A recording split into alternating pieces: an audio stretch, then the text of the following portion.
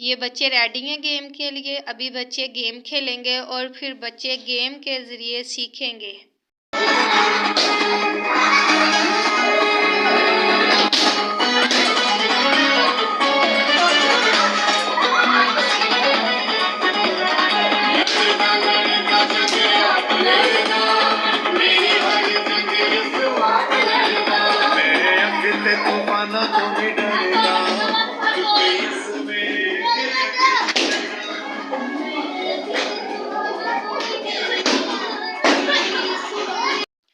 जी, ये वो बच्चे हैं, इन्होंने आज गेम खेली थी और बलून के अंदर इन्होंने अपने अपने नाम की पर्ची ढूंढनी थी। लेकिन हर बच्चे ने अपने बारे में सोचा और किसी के हिस्से में उसकी अपनी पर्ची नहीं आई और अपनी पर्ची को ढूंढने के चक्करों में इन्होंने सारे बलून ऐसे ही फाड़ दिए। अभी पार्ट 2 के बच्चे गेम में हिस्सा लेंगे।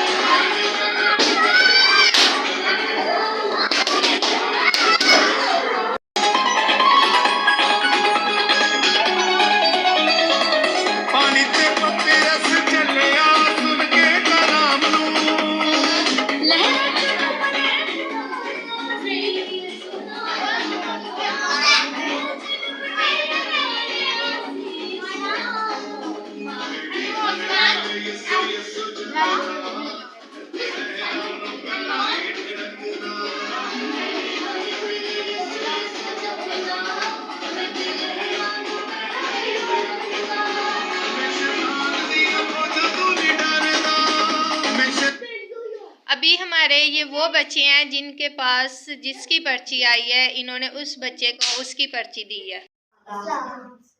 आज हमने गेम खेल लिया। गेम में किस किस को मजा आया?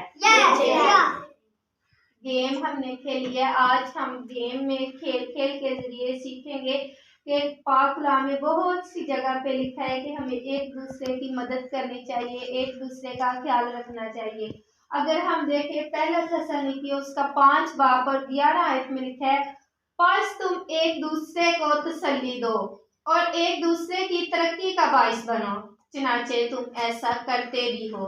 आमीन। जी तो प्यारे बच्चों, आज हमने एक गेम की जिसके 2 हिस्से थे। पहला वो हिस्सा था कि जिसमें सबने सिर्फ अपने लिए सोचा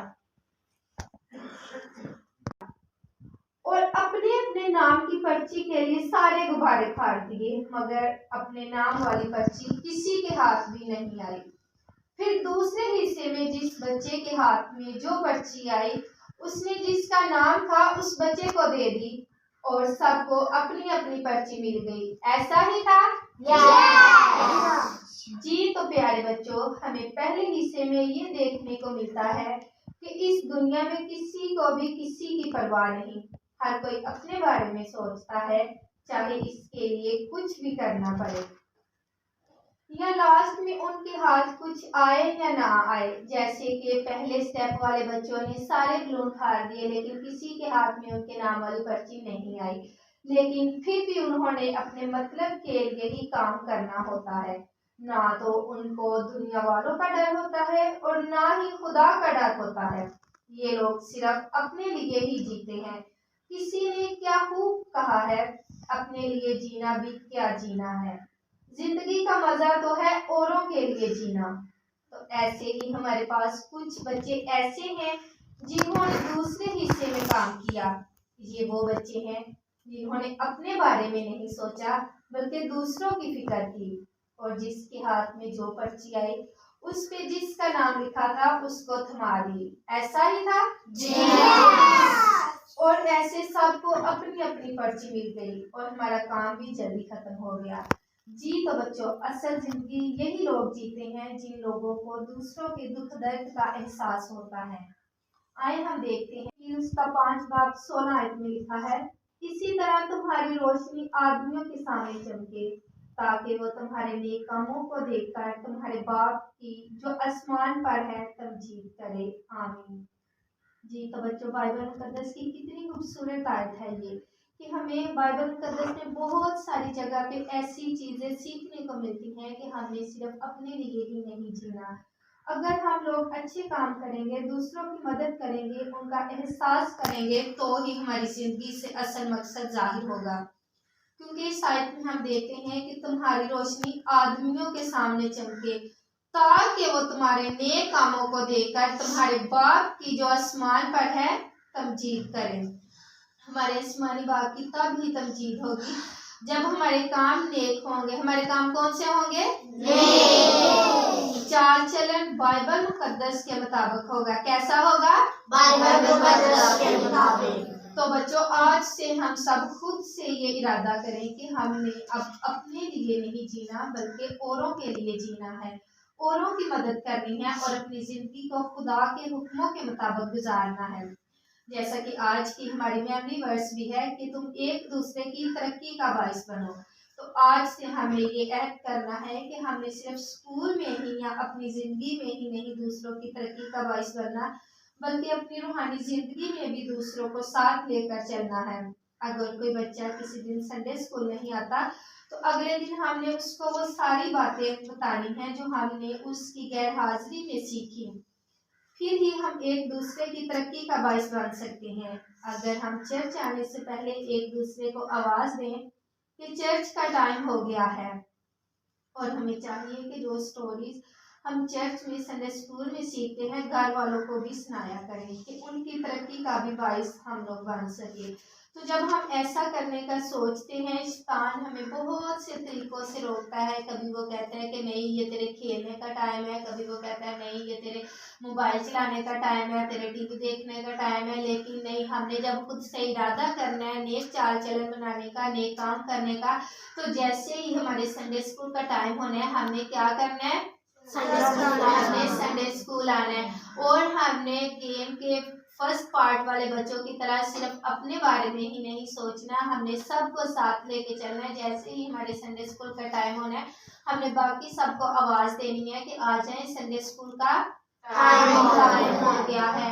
तो जब हम इस दुनिया में आते हैं, हम में से किसी को नहीं पता होता कि हमारी मौत का दिन कौन सा है, हमने किस दिन मरना है। हम जैसे जैसे जिंदगी गुजारते हैं, हमारी मौत के दिन क्या होते हैं? करीब आते जाते हैं। तो हम में से किसी को नहीं पता मौत कब आनी है। तो हमें यही करना चाहिए कि हम ज्यादा से ज्यादा नेक काम करें, अच्छे काम करें, कि लोग हमें देख कर कह सके कि वो एक मसीह ही जा रहा है।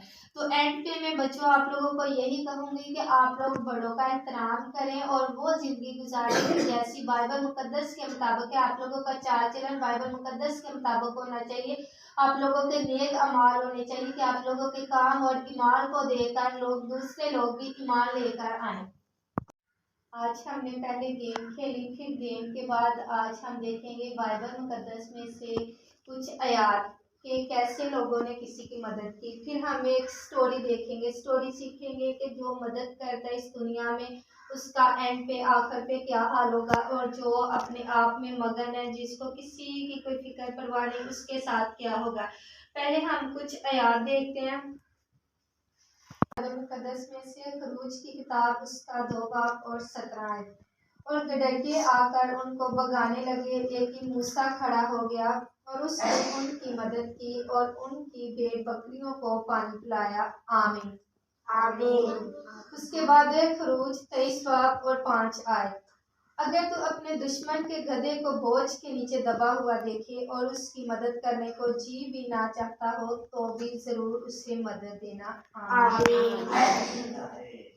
जी, तो यहाँ पे हमने कुछ आयात देखी है कि हमें सिर्फ बताया ही नहीं गया कि आप लोगों ने मदद करनी है किसी मददगार की, बल्कि बाइबल मुकद्दस में इसकी आयात भी हमें मिलती हैं। और सिर्फ ये ही आयात नहीं, हमें बहुत ज़्यादा ऐसी आयात मिलती हैं, बहुत ज़्यादा ऐसी स्टोरीज मिलती हैं जिसमें एक दूसरे की मदद करने को कहा गया है।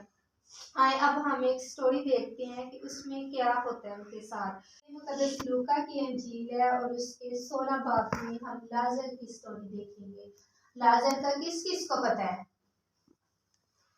जी, लाजर एक बहुत ही गरीब इंसान था, उसके पास खाने को कुछ भी नहीं था। लेकिन एक ऐसे ही अमीर आदमी था, उसके पास हर किस्म की ऐशो इशरत थी, खाने के लिए उसके पास हर किस्म की चीज़ थी, उसके पास नौकर चाकर थे, गाड़ियाँ थी, बंगले थे, वो जिसको भी हुक्म देता वो उसके पास हर वो चीज़ मौजूद होती। तो जब लाजर उससे खाने के लिए मांगता तो वो उसको खाना ना देता। जब वो खुद खाना खाता अमीर आदमी, तो जो रोटी के टुकड़े बचते जब वो नीचे गिरते तो वो फिर जो गरीब आदमी था, जो लाजर था, वो वाले टुकड़े उठा के तो वो खा लेता।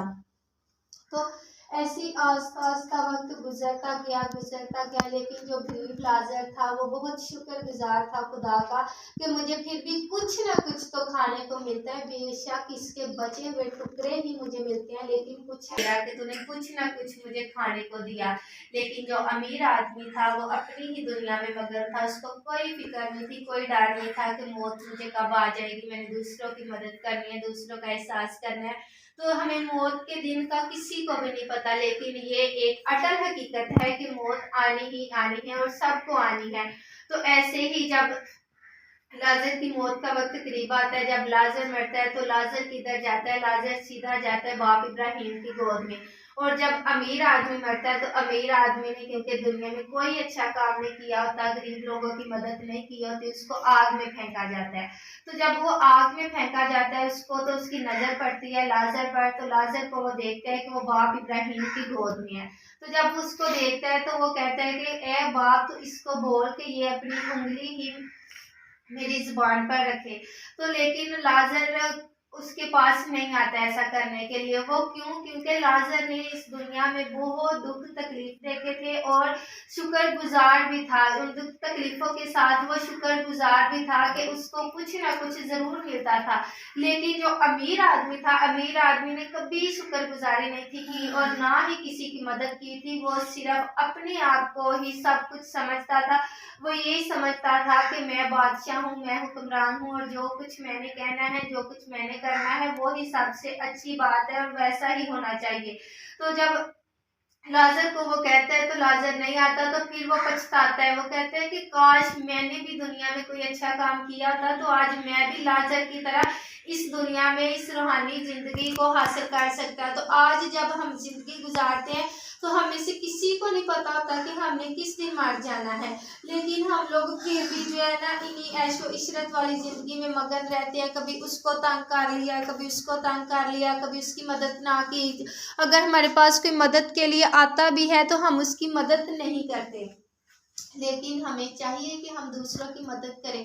वो क्यों? क्योंकि हमें अपनी मौत के दिन का नहीं पता कि हमने कब मर जाना है, हमारी मौत का दिन कब आना है। तो हमें मैं ये नहीं कहती कि आप लोग ज़िंदगी को मज़े ना लो, ज़िंदगी को इंजॉय ना करो। नहीं, इंजॉय करें, लेकिन इंजॉय के टाइम इंजॉय, और संडे स्कूल का जब टाइम होता है आप लोगों ने क्या करना है? संडे स्कूल आना है। तो आज की स्टोरी से हमने ये सीखा है कि अगर कोई हमारे पास आता है मदद के लिए तो क्या हमें उसकी मदद करनी चाहिए कि नहीं? करनी चाहिए। हमें जो कुछ हम अपने लिए पसंद करते हैं, हमें चाहिए कि हम दूसरों के लिए भी वही पसंद करें चीज। क्योंकि अगर हम किसी को दुआ देंगे तो ही कोई भी हमारे लिए दुआ करेगा। अगर हम कहते हैं कि हम अच्छी अच्छी चीजें खा ले, अच्छा फ्रूट हम खा ले, तो जो खराब फ्रूट है वो दूसरे लोग खा ले, तो कल को अगर हमें किसी की जरूरत, किसी की हेल्प चाहिए होगी, तो क्या हमारी कोई हेल्प करेगा? नो। तो आज की स्टोरी पहला थेसलोनिकियों 5:11 आयत। पहला थेसलोनिकियों 5:11 आयत। पास तुम एक दूसरे को तसल्ली दो, पास तुम एक दूसरे को तसल्ली दो और एक दूसरे की तरक्की का बायस बनो, और एक दूसरे की तरक्की का बायस बनो। चुनाचा तुम ऐसा करते भी हो, चुनाचा तुम ऐसा करते भी हो। आमीन। आमीन। खुदावन जी, हम आपका शुक्र अदा करते हैं, तमाम नेमतों के लिए शुक्र अदा करते हैं। खुदावन जी, आज की कहानी से हमें एक दूसरे की मदद करना सिखा। आमीन।